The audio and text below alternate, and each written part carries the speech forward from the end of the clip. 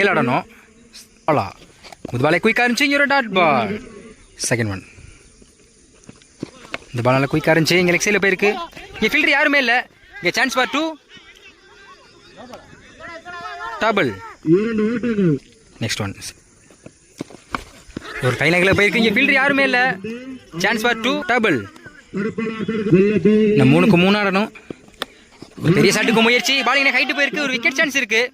இங்கே ஒரு விக்கெட்டுங்க. பாலோட விக்கெட் எடுத்திருக்காங்க கடைசி நேரத்தில்.